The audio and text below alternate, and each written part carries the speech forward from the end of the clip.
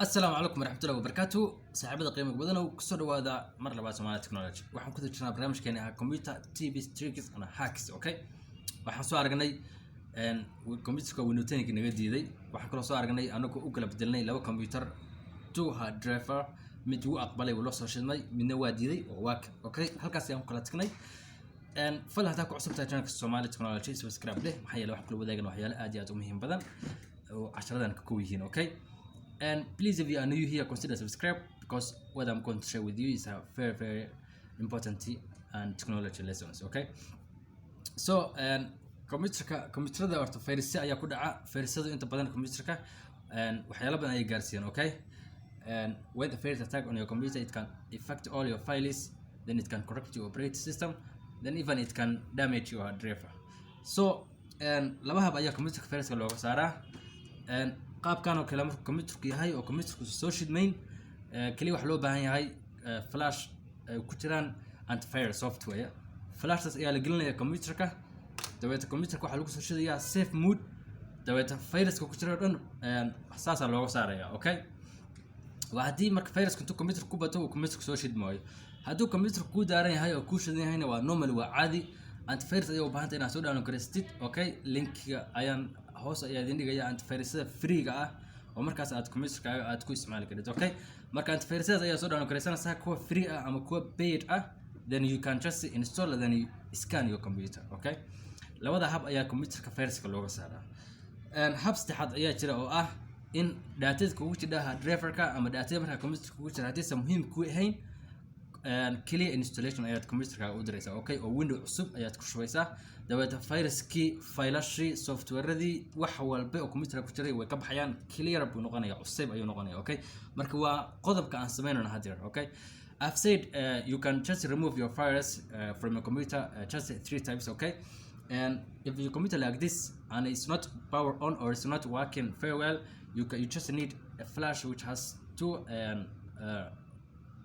what can I say okay a flash which has antivirus applications then you just switch off your computer then you just and price maybe the function are different you can just boot your computer with a safe mode then when your computer comes up or functioning it's not functioning properly because it's safe mode then you just remove all the viruses from your computer okay and the other thing is the other point is if your computer working but and you want to remove the virus you just download antivirus free antivirus software I'm going to put the link below then you just scan your computer then the virus can go then the third point is the one we are doing right now if the file is and the software or whatever in your computer are not important for you you can just delete whatever files from your computer and you just install another operating system that's called clear installation then whatever in your computer will be deleted then the new files will be replaced okay so what we are doing right now so I have Windows 10 here, the latest version of Windows 10. Then I'm going to install on this hard driver another computer. Okay, computer is mine.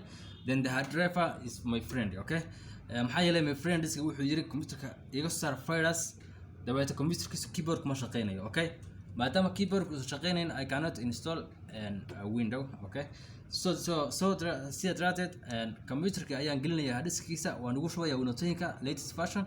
dabeeta hadiska waan qaadaya computerka sidii aan u celinaya that's fine that's clear okay let's go flash ay gelinaya computerka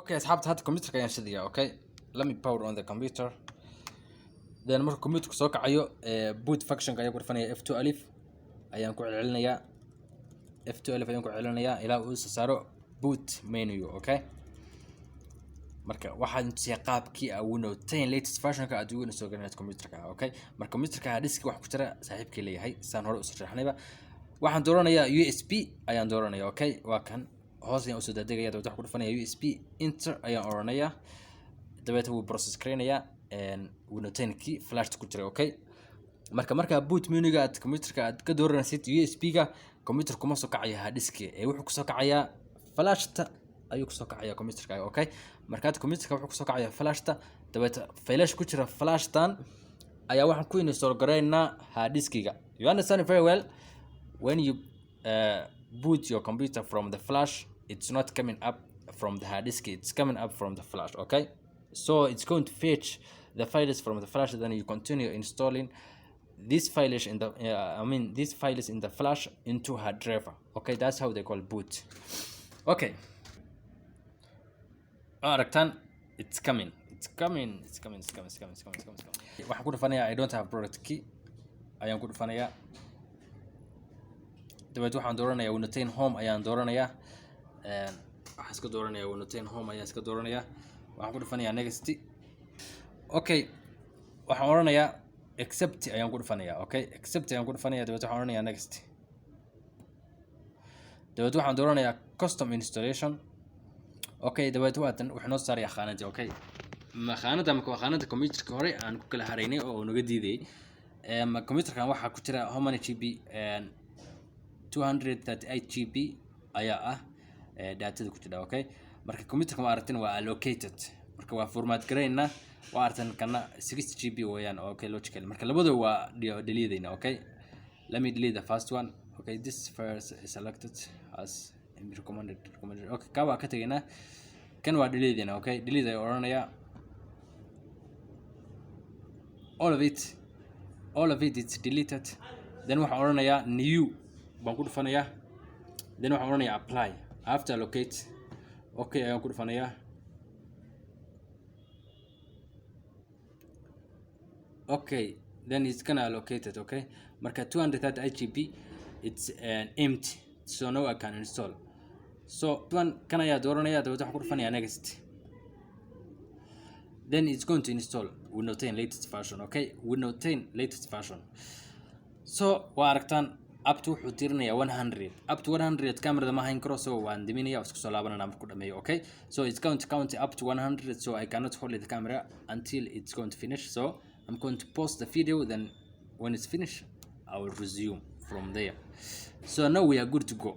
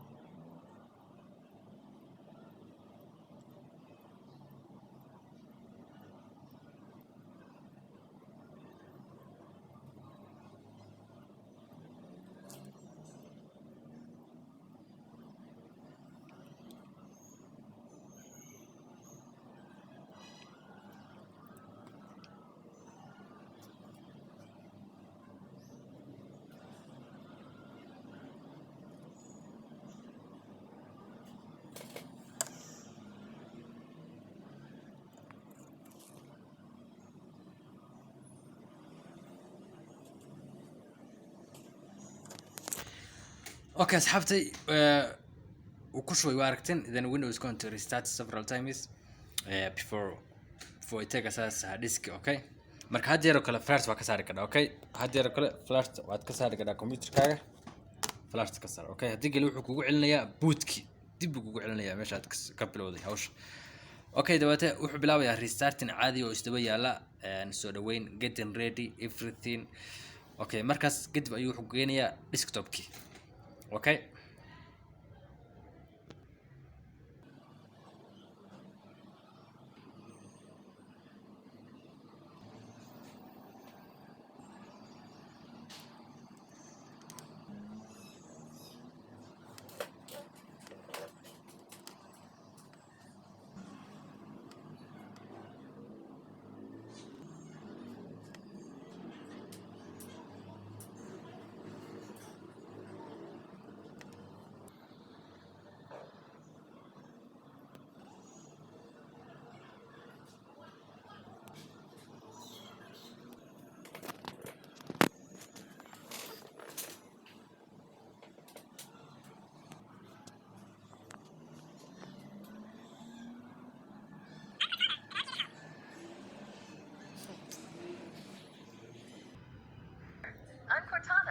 I'm here to help. A little sign in here, a touch of Wi-Fi there, and we'll have your PC ready for all you plan to do. Use your voice or the keyboard along the way, and if you'd like me to stay quiet, just select the little microphone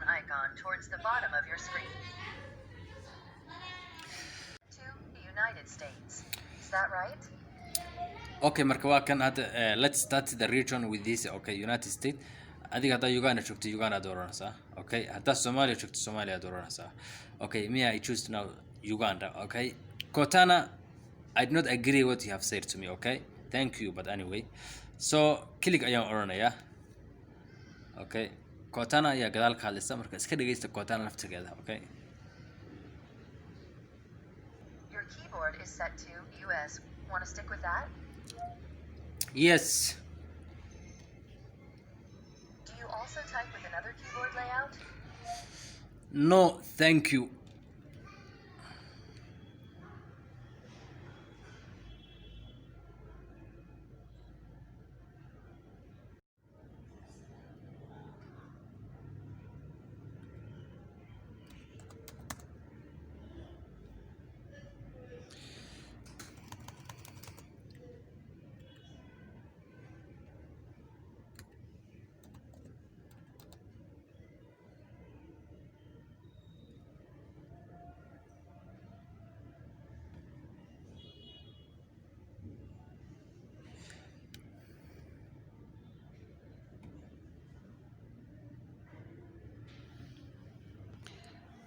Okay, marka asxaabi halkan marka maraysid waxa weeyaan you choose privacy settings for your device.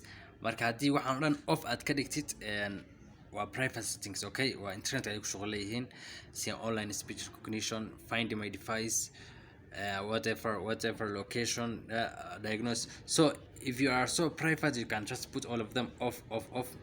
But for me now I'm going to leave all of them the way it is. I accept it, then I'm going to leave. Okay, so I don't know where you can see here on top where it gives you the list.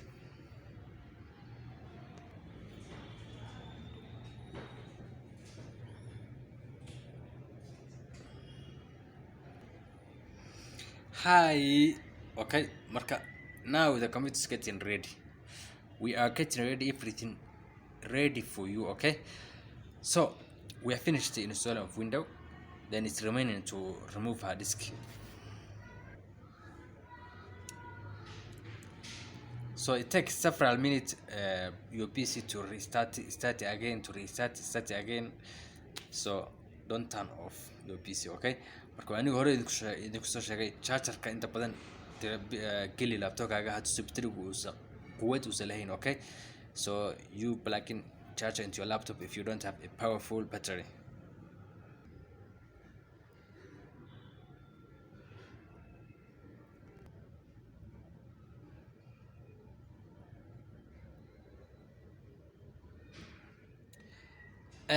Okay, asxaabay waa aragtaan hadda Windows waa dhamaynay. Windows 10 latest version waa idin tusiyaa. Waa aragtaan driver dhamo ku jiraan. Network driver waa aragtaan wakaas. Sound driver waa ku jira. And other more drivers, all of them. So let me check. Waa aragtaan everything. It's the latest model. So to check the window, let me click the window logo. Waa aragtaan qaabkiisa. Waa Windows 10 2020 version. Okay, waa aragtaan. And it's very speedy and very fast. Okay, let me show you. Okay, let me show you the version of Windows 10. Okay, and into so version ka Windows 10 ka aan isticmaalayno. Okay, waxaan tagayaa my computer ayaan tagayaa. Dabeetana waxaan ku dhufanayaa halkaas right click ayaa oranayaa property ayaan ku dhufanayaa. Marka property ku dhufto wuxuu isu saarayaa explanation. Okay, waa aragtaan Windows 10 Home 2020. Okay, 2020. Waa aragtaan Windows-ka computer-ka oo dhan waa aragtaan. Marka halkaas kor ayaa wax ku qorayaa saan u ogaado version-ka Windows aan isticmaalayo. MS baan ku qorayaa. MS info 32 ayaan ku qorayaa. Okay, waa aragtaan MS info 32 ayaan ku qorayaa. Enter ayaan oranayaa. Dabeetana wuxuu ii process gareynayaa xogta oo dhan computer-ka. Okay, waa aragtaan operating system-ka name-ka waxa weeyaan waa Microsoft Windows 10. Version-ka waa aragtaan version-ka waxa weeyaan 1941. Okay, marka hadda aniga computer-ka aan ku shaqeeyo oo my working computer-ka xitaa version-ka kuma jiro. Okay, computer-ka waxa weeyaan 1903 weeyaan, laakiin kan waxa weeyaan 1941 waa latest version. Okay, ma oran karo waa latest laakiin xilligan la joogo waa latest version. Okay, marka hadda aad computer xogta soo dhan halkaas ka helaysaa.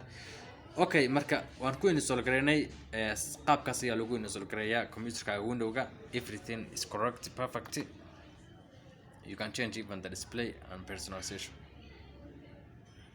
Okay, marka experimentkan waa dhameynay, waa tijaabinay, waa aragnay si operating system loogu shubo computerka, waa aragnay sidoo kale marka maanta video kusoo gabagabeynana inta muuqaalka xiga aan kulmi doono waxaan kaga tagay sidaas nabadgelyo. Fadlan subscribe Somali Technology, wixii comment aad tala iyo tusaalo waxaan ugu reebsaa qaybta comment-ka below the video. Okay, so berrito waxay noo xiga computerka ka saarana harddiskiga waan arkaynaa bal inuu shaqeeyo in kale. sidoo kale waxaan ka saaraynaa RAM-ka ama memory-ga dabeed waan arkaynaa bal inuu soo kaco iyo inuu soo kicin. Okay, sidoo kale waxaan ka saaraynaa CPU-ga. Okay, marka muuqaaladaas waa kuwa soo socda. Upcoming videos are we are removing hard disk and then we shall see where the computer power on. We are going to remove also memory, then we shall see how computer starts. Okay, and then we shall see also CPU and so on and so forth. Okay, and inta muuqaalka xayaan kulmi doona waxaan kaga tagay siyaasiyo nabadgelyo.